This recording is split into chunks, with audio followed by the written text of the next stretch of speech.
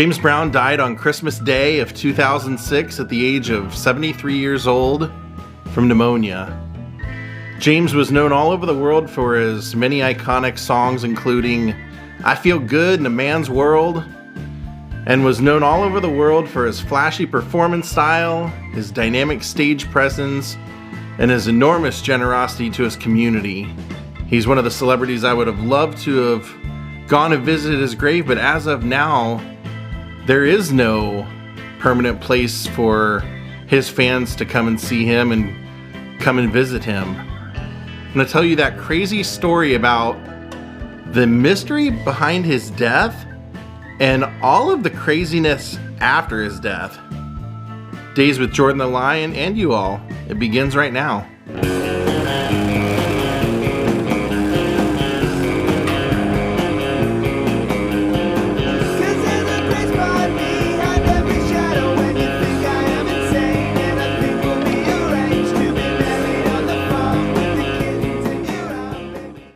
So one controversy about James Brown is his death itself.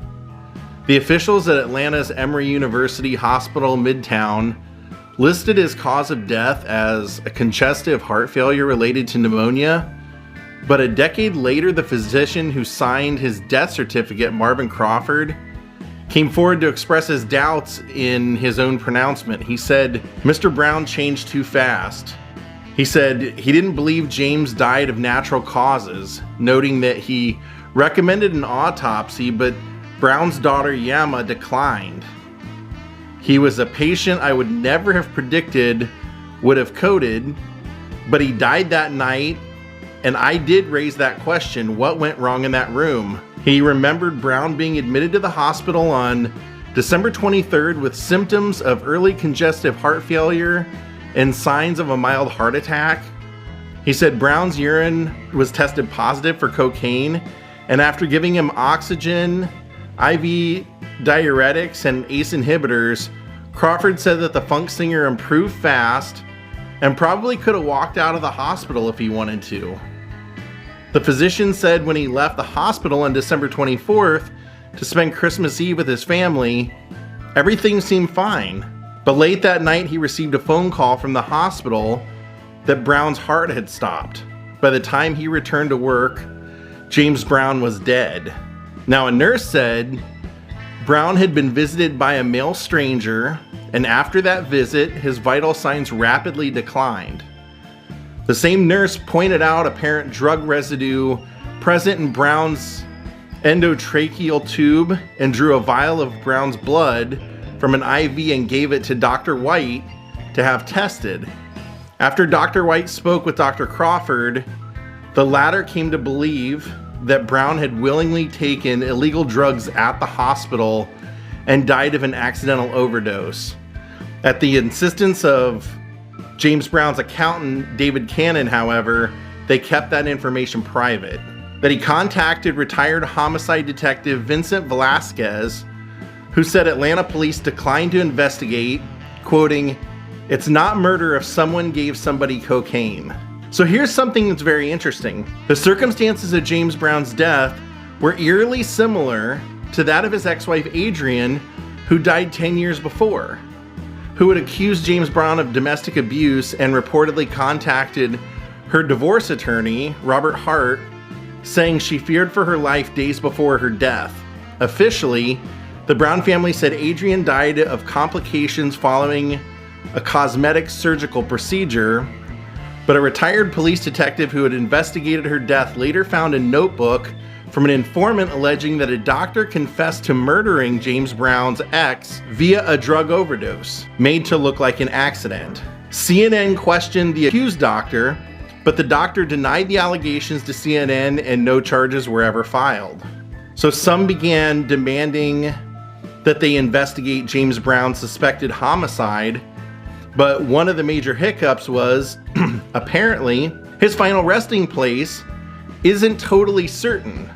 While the singer's body is believed to be located in a crypt in his daughter Deanna Brown Thomas's yard, his daughter LaRonda claimed that wasn't the case prior to her death.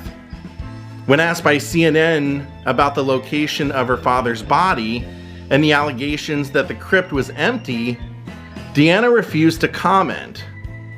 She's the one whose yard it was accused of being in. So now let's talk about the crazy after death. So 3 memorials marked his passing, one being in New York City at the legendary Apollo Theater.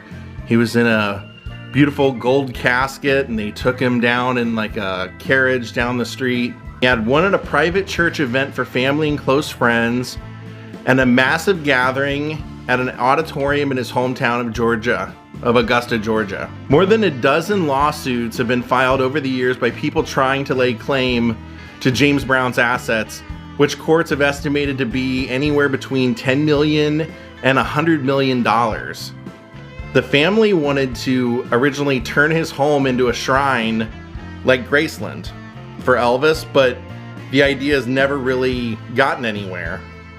And originally that was the plan for where he wanted to be. His plan was that he wanted to be in a mausoleum at his home.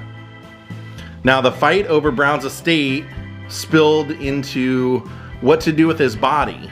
James Brown had put his estate into a trust, and 6 of his 7 children were fighting with the trust.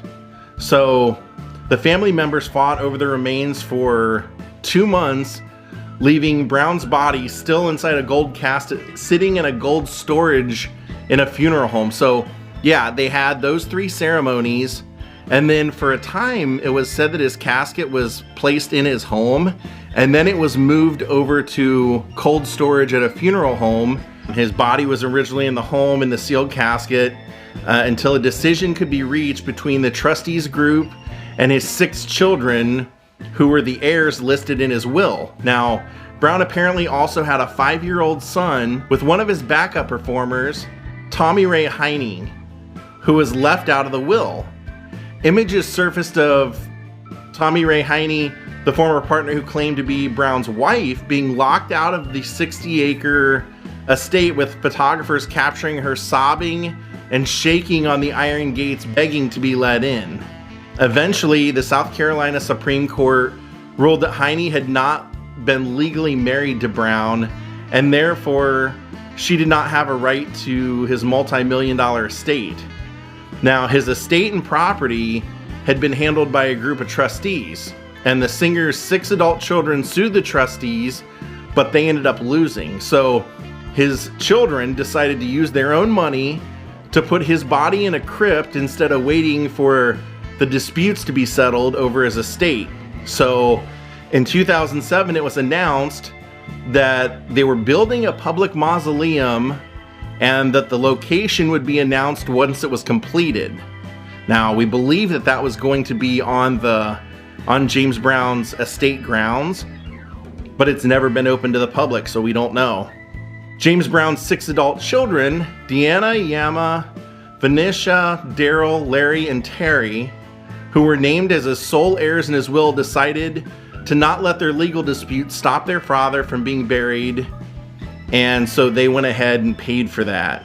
Now, soul legend James Brown's body had been placed in a crypt at the home of one of his daughters, Deanna, according to Reverend Al Sharpton. That's the most we know up to this point. Sharpton said he presided over a private ceremony at the home of Deanna Brown Thomas, just down the road from James Brown's estate on Beach Island in South Carolina. Now, in 2009, justices ordered a circuit court to promptly proceed with the probate of James Brown's estate in accordance with his estate plan, which outlined creation of a trust that would use his music royalties to fund educational expenses for children in South Carolina and Georgia. The settlement plan would have given nearly half of Brown's estate to the trust, so it would have went to charity. A quarter would have went to Tommy Ray Heine, and the rest would have been split amongst his adult children listed in the will. The state Supreme Court overturned that deal in 2013, writing that Attorney General Henry McMaster hadn't followed Brown's expressed wishes for most of his money to go to charity, having instead selected a professional manager who took control of Brown's assets from the estate trustees and were paying off his debts. So it wasn't until 15 years after James Brown died that his children and the estate finally came to an undisclosed settlement. So it was 2021. Can you imagine if they wouldn't have buried him and kept him refrigerated for 15 years waiting to have this all settled, what that would be like?